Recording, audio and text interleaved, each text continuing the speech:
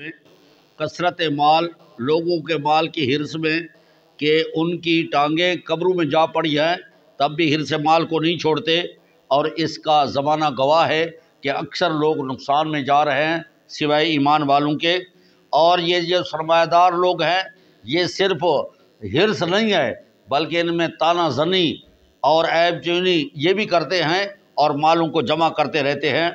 اور میرا پیغمبر یہ ان سے کہہ دیجئے کہ ایک سرمایہ دار کا دماغ اتنا بگڑ چکا تھا کہ وہ کعبۃ اللہ کو گرانے لگا ہے، یہ ابرہ بادشاہ، لیکن وہ اپنے مقصد میں کامیاب نہیں ہوا۔ اور قریشوں کو تو چاہیے کہ جس نے ان کو امن دیا، جس نے ان کو قحط میں کھانا دیا اور وہ سفر کرتے شام کی طرف امن کے ساتھ، یمن کی طرف امن کے ساتھ، اس کو تو چاہیے کہ کعبہ والے کی بات کرتے، وہ بھی نہیں کرنے لگے۔ ارایت یکذب بالدین، آپ نے اس کے ساتھ ملاقات کی ہے، توجہ کی ہے اس کی طرف جو انصاف کو جھٹلاتا ہے، وہ کہتا ہے میرے ساتھ حساب کتاب نہیں ہوگا فلاں فلاں کے، یہ یتیموں کا بال کھا جاتا ہے اور مسکینوں پر کھانے پر ابھارتا نہیں ہے، اور ظاہری طور پر کچھ عبادت کر لیتا ہے نماز، تو یہ نماز اس کے لیے ہلاکت کا سبب بنتی ہے۔ نماز کا سبق یہ نہیں ہے کہ لوگوں کے حقوق کو ضائع کر دو، اور تم یہ اس لیے نہیں ہے۔ انا اعطیناک کل کوثر، میرا پیغمبر ان کو چھوڑے، ہم نے آپ کو خیر کثیر عطا کیا ہے، ہر وہ چیز جس میں فائدہ زیادہ تھا وہ آپ کو عطا کیا ہے۔ کتاب تو آپ کو اعلیٰ عطا کی ہے، نبوت اعلیٰ عطا کی ہے، امت اعلیٰ عطا کی ہے، ساتھی اعلیٰ عطا کی ہیں، بیویاں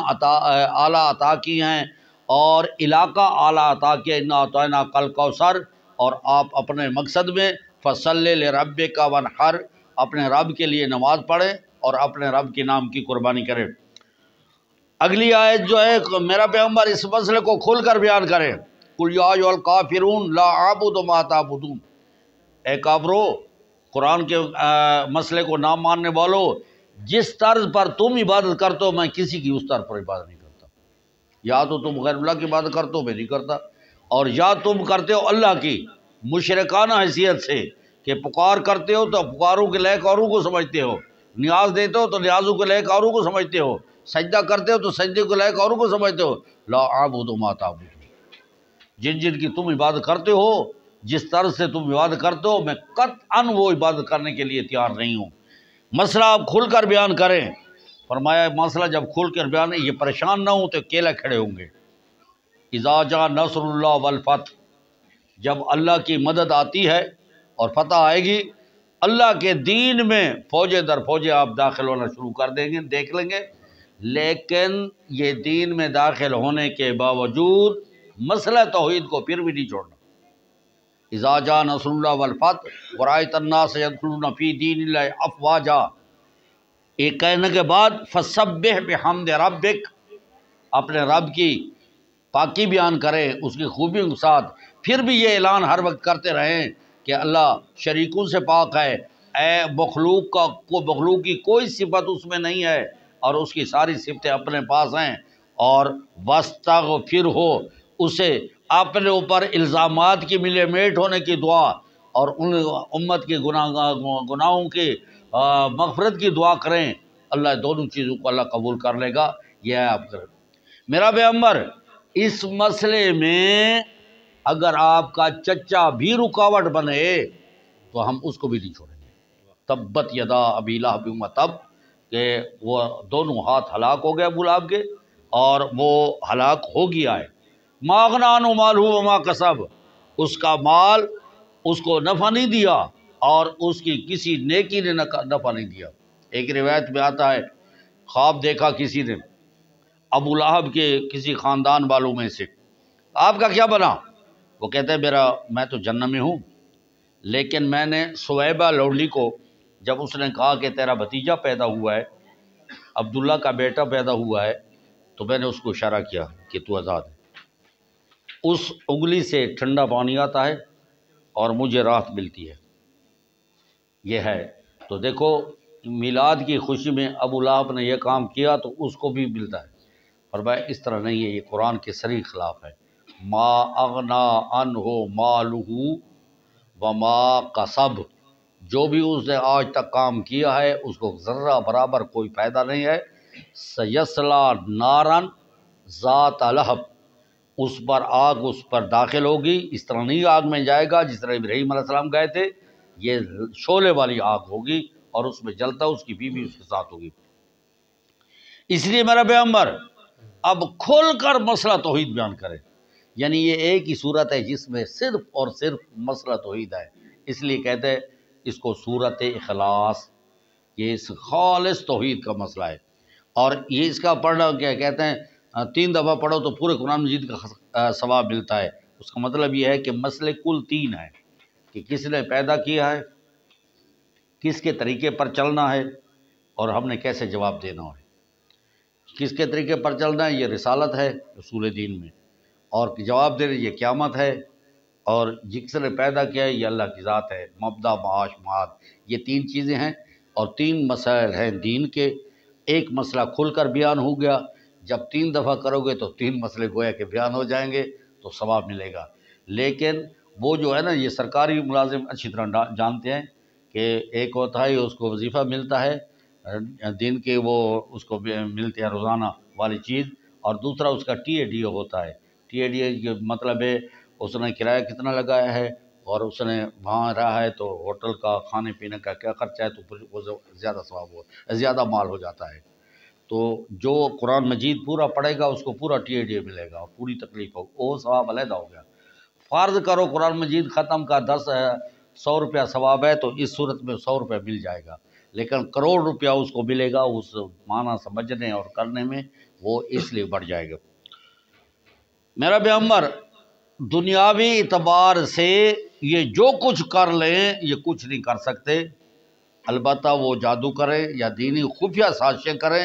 تو اس کے لیے اللہ کی پناہ میں آپ بس۔ قل اعوذ برب الفلق،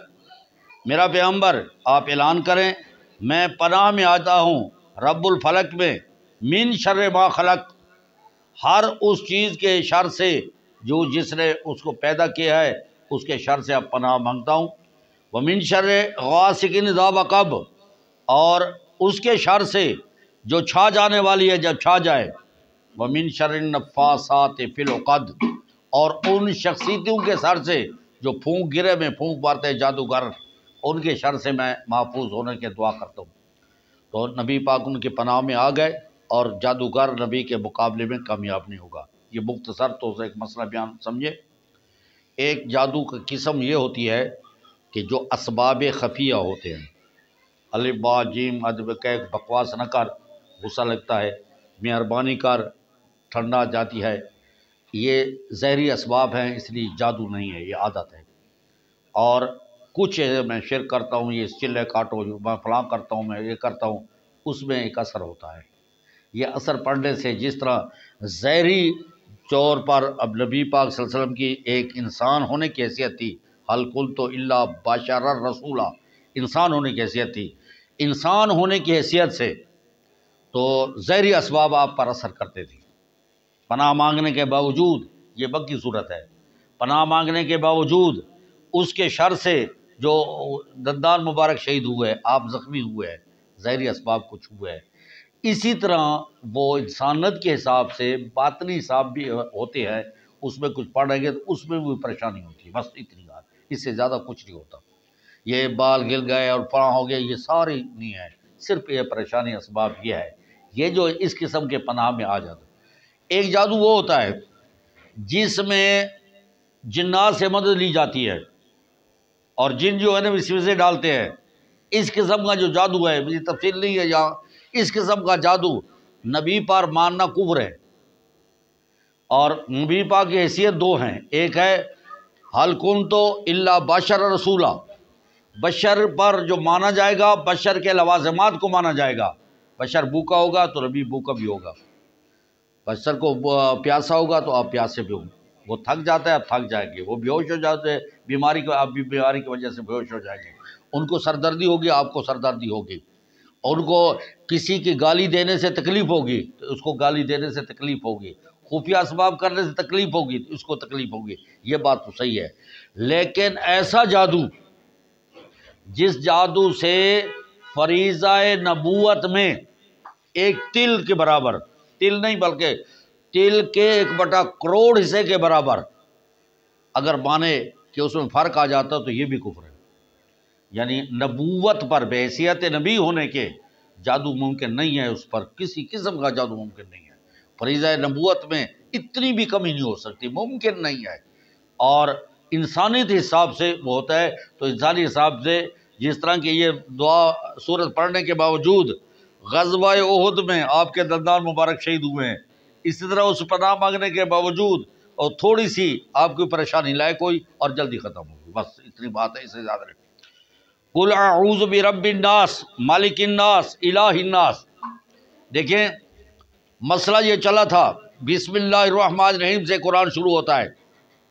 الحمدللہ ہے، یہ الحمدللہ ہے رب العالمین، الحمدللہ، الحمدللہ میں یہ دعویٰ رکھا گیا کہ تمام صفات کارسازیاں اللہ کے لیے ہیں، ہر وہ خوبی جس سے کوئی ہستی الہ بننے کے قابل ہو، الہ بننا ہو، وہ اللہ کے ساتھ مخصوص ہے اور کسی کے ساتھ وہ نہیں ہو سکتی، الحمدللہ۔ اور اس کی دلیل دی گئی جو ہے نا رب العالمین، کہ رب العالمین ہے۔ اب آخر میں اسی دعوے کے دلیل کو دہرایا گیا، الحمدللہ یہ آ گیا، رب العالمین، رب الناس، الرحمن الرحیم، مالک یوم الدین، مالک الناس، ایاک نعبد و ایاک نستعین، الہ الناس۔ کہ جب یہ بات ہے کہ تمام جہانوں کی ضرورتیں، تمام عالمین کی، عالم کہتے ہیں آپ جو محسوس کرتے ہیں یا جس چیز کو دیکھتے ہیں، یہ نشانی ہے اس بات کی کہ اس کا کوئی بنانے والا ہے، اس لیے تمام عالم ہیں، اور یہ عالم دلیل ہے وہ اس کے اللہ نور السماوات، اللہ کا الہ ہونا سب سے کائنات میں زمین و آسمان سے زیادہ روشن مسئلہ ہے۔ تو یہ فرمایا عالمین، جب رب العالمین ہے تو رب الناس کیوں نہیں ہے؟ رب الناس بھی ہے۔ مالک یوم الدین ہے تو رب مالک الناس کیوں نہیں ہے؟ جب آپ اعلان کرتے ہیں ایاک نعبد و ایاک نستعین، میں ہی تیری ہی عبادت کرتا ہوں، یعنی انتہا درجے کی تعظیم کے لائق صرف تجھے ہی سمجھتا ہوں، اور یہ صرف اس میں تیرے ساتھ تعلق نہیں ہے، الہ الناس، سب انسانوں کے لیے یہ حکم ہے۔ اور اس کے بعد کہ یہ قرآن مجید پورا پڑھ لیا ہے، اس قرآن مجید کے خلاف جو قصے، کہانیاں، خواب، منسوب شدہ باتیں، سنی سنائی باتیں جو اس کے خلاف کہے،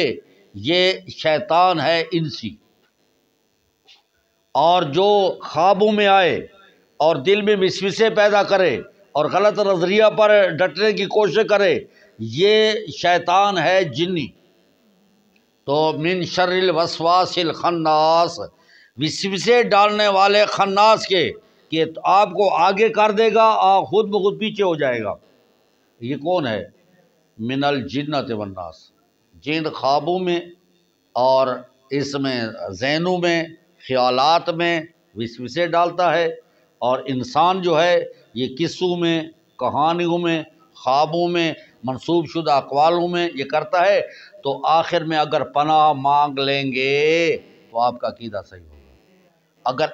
اس کو چھوڑ کر وسوسوں کے پیچھے پڑیں گے پھر تیرے قرآن پڑھنے کا کوئی فائدہ نہیں ہے۔ من الجنۃ والناس۔ اللہ آپ کو، مجھے نیک عمل کرنے کی توفیق عطا فرمائے۔ پھر میں بچیوں کے لیے دعا کرتا ہوں کہ اللہ ان کی جو ہے قسمت بھی اچھی کرے، اور اللہ تبارک و تعالیٰ ان کو دین و دنیا میں کامیاب کرے، اور ان کو دنیاوی دینی تکلیفیں ان کو نہ دی جائیں، اور ان کے لیے جو ہے بڑی فرحت کے ساتھ یہ جو ہے اپنے زندگی گزاریں اور دین کی خدمت کریں۔